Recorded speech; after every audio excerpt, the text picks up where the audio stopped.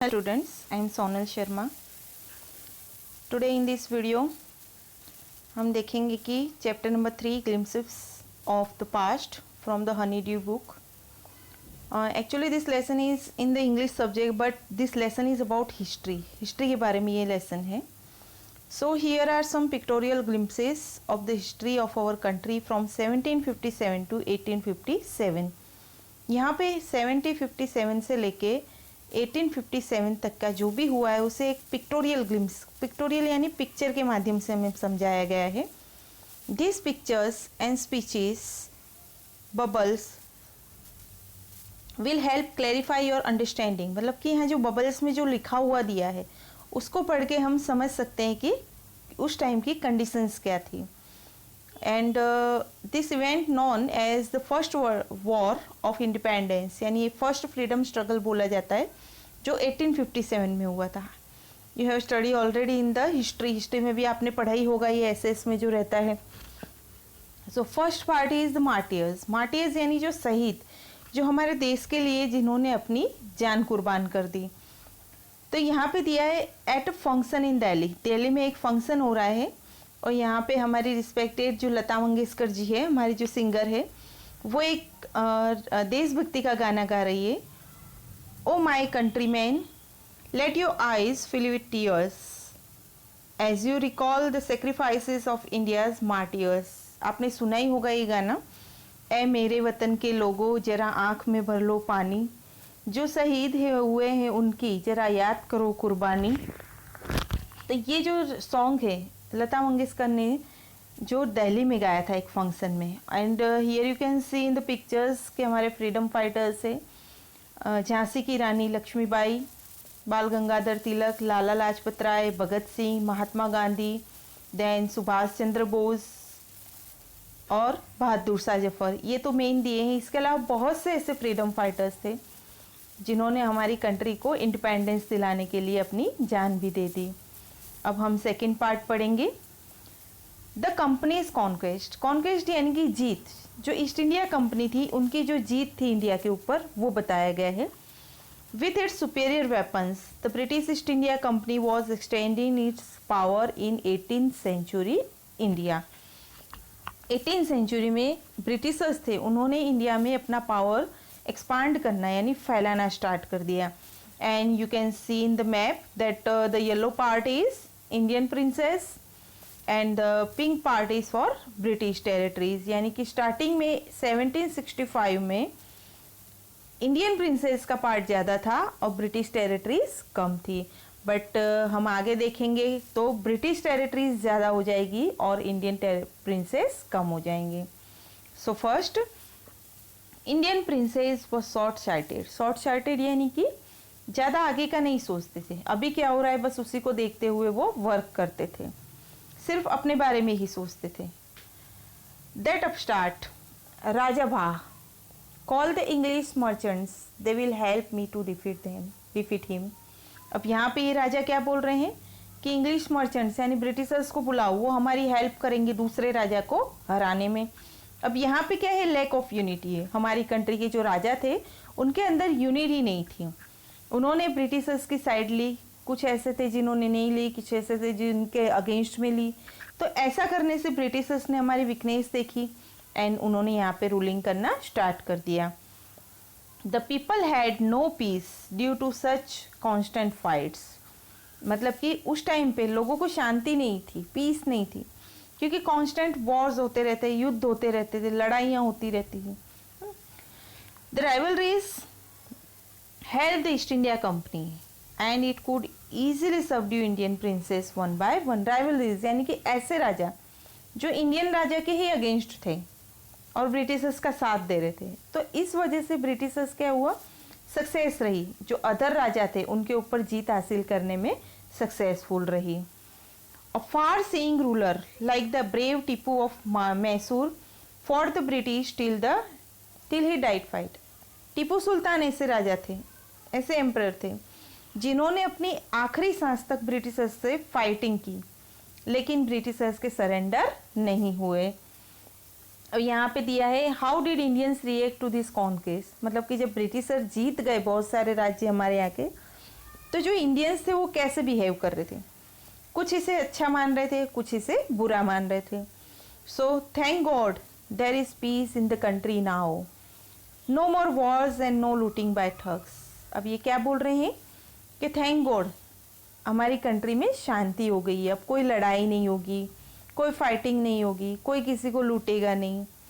अब other person बोल रहे हैं it is God who send the British, कि ये तो भगवान ही है जिन्होंने ब्रिटिशर्स को हमारी कंट्री में भेजा है. अब थर्ड बोल रहे हैं our destiny is link with them, कि हमारी जो डेस्टिनी है, हमारी जो मंजिल है, हमारा जो नसीब है वो अब उनके साथ जुड़ गया है. किसके साथ? ब्रिटिशर्स के साथ. अब यहाँ अदर दूसरे पिक्चर में देखें तो देखो the white man has killed और दी थ्रोन आवर किंग्स. ये लोग उनके अपोज में बोल रहे हैं कि जो वाइट मैन है, जो ब्रिटिशर्स है, उन्होंने अपने राजाओं को मार दिया है, उन्हें उनकी गद्दी से हटा दिया है. फिर दूसरे पर्सन कह रहे हैं some kings were not good but after all they were of his this land, कि हाँ कुछ राजा अच्छे नहीं थे लेकिन आफ्टर ऑल वो थे तो यहीं के, बाहर के तो नहीं थे. तो थर्ड बोल रहे हैं now we have become slaves of foreigns, कि अब हमें फॉरेनर्स का स्लेव यानी कि गुलाम बन के रहना पड़ेगा. अब थर्ड हम देखेंगे ब्रिटिश रूल 1765 से 1836 तक. Religious leaders preach ideas like untouchability and child marriage. अब रिलीजियस लीडर्स जो थे, यहाँ के जो बड़े साधु महात्मा जो थे, वो क्या प्रीच कर रहे थे, लोगों में क्या फैला रहे थे, क्या उपदेश कर रहे थे? अनटचेबिलिटी को बढ़ा रहे थे, चाइल्ड मैरिज को बढ़ा रहे थे. उनकी थिंकिंग कैसी थी? Anyone who crosses the seas loss is religion, कि जो भी समुद्र को पार करके दूसरी कंट्री में जाएगा वो अपने धर्म को खो देगा, यानी उसे धर्म से बाहर निकाल दिया जाएगा. अब यहाँ पे देखो all the misery in the world is due to woman. ये बोल रहे हैं कि वर्ल्ड में जितने भी दुख हैं उनकी वजह सिर्फ औरतें हैं. कितने नैरो माइंडेड पर्सन्स थे ये लोग. The truth was that Indians had lost self respect. पर सच्चाई क्या थी? जो इंडियंस थे उन्होंने अपना सेल्फ रिस्पेक्ट गवा दिया था. द ब्रिटिश कॉन देम, और ब्रिटिशर्स कंटिन्यूसली उनकी इंसल्ट कर रहे थे. The natives are unworthy of trust, incapable of honesty. अब ये ब्रिटिश पर्सन क्या बोल रहे हैं कि जो इंडिया के लोग हैं वो विश्वास करने लायक नहीं है, भरोसे के लायक नहीं है, और वो लोग ऑनेस्ट भी नहीं है, ईमानदार भी नहीं है. तो पीछे से एक इंडियन बोलते हैं true your honour but I am honest, कि हाँ हो सकता है दूसरे नहीं है बट मैं तो ऑनेस्ट हूँ. अब ये क्या हुआ? ये अंदर अंदर लड़ने वाली बात हुई है ना. अब being merchants the British wanted quick profits, their heavy taxes force farmers to abandon their fields. अब देखो यहाँ पे बताया कि कैसे ये ब्रिटिश मर्चेंट्स ज़्यादा से ज़्यादा प्रॉफिट कमाने की लालच में अन्याय कर रहे थे इंडियंस के साथ. जो फार्मर्स थे उनके ऊपर बहुत ज़्यादा टैक्स लगा रहे थे. वो टैक्स जब नहीं चुका पाते थे फार्मर्स तो उन्हें अपने फील्ड्स खाली करने पड़ते थे. अब यहाँ पे एक फार्मर बोल रहा है ब्रिटिशर्स से but your man are taking all my crop, कि जो आपके जो मैन हैं वो लोग मेरे सारे क्रॉप्स ले गए, मेरी सारी फसल ले गए, तो मैं कैसे आपका टैक्स चुकाऊँ? You are still in arrears. ये बोलता, अब ब्रिटिश पर्सन बोल रहे हैं कि तुम अभी भी कर्जे में हो. If you don't pay next week, अगर तुमने नेक्स्ट वीक नहीं पे किया I will send you to jail, मैं तुम्हें जेल भेज दूंगा. देखो कैसे दो तरीके से मारते थे वो लोग. अब यहाँ पे स्टिल द ब्रिटिश इन्वेंटेड, अब sorry inevitably famines followed between 1822 and 1836. 15 lakh Indians died of starvation. अब ये फेमाइन यानी कि जो एक फेमाइन भूखमरा जो हो गया था, अनाज की कमी हो गई थी, तो उसकी वजह से 1822 से 1836 के बीच में 15 लाख इंडियंस भूख की वजह से मर गए थे. अब यहाँ पे भले ही ब्रिटिशर्स रूलर्स थे बट उन्होंने इंडियंस की केयर नहीं की थी. Still the British invented other methods which gave them more profit. अब इतना होने के बावजूद भी जो ब्रिटिशर्स थे नए नए तरीके ला रहे थे जिससे वो ज़्यादा से ज़्यादा प्रॉफिट कमा सके.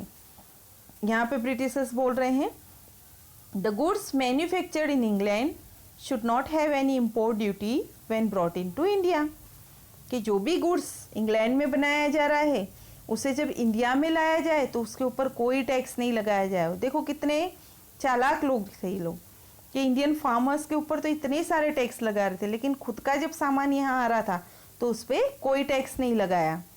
अ गुड आइडिया, दूसरे ब्रिटिश बोलते हैं हाँ ये आइडिया अच्छा है। The East India company's laws began to cripple Indian industry. अब इस टाइप के जो लॉज बनाए जा रहे थे ईस्ट इंडिया कंपनी की तरफ से, तो वो इंडियन इंडस्ट्रीज को ख़त्म कर रहे थे, रुइन कर रहे थे। The British policies ruin the expert artisans and their business. अब उनका जो मैन्युफैक्चर आता था, गुड्स आते थे, वो लोग चीपेस्ट यानी सस्ते में बेचते थे, तो उस वजह से यहाँ के जो आर्टिसंस थे, यहाँ के जो बिजनेसमैन थे, उनको नुकसान होने लगा। Now the fourth part, Ram Mohan Roy. Raja Ram Mohan Roy के बारे में आपने पढ़ा भी होगा। ये बहुत बड़े समाज सुधारक थे, सोशल रिफॉर्मिस्ट थे, और इन्होंने बहुत सारे एविल्स हटाए थे। इवन जो सती सिस्टम था उसे भी इन्होंने ही लॉ बनवा के हटाया था। So Ram Mohan Roy, a learned man from Bengal, understood what was wrong with the country. अब यहाँ पे बताया कि राजा राम मोहन रॉय थे, वो लर्न एजुकेटेड पर्सन्स थे बंगाल से।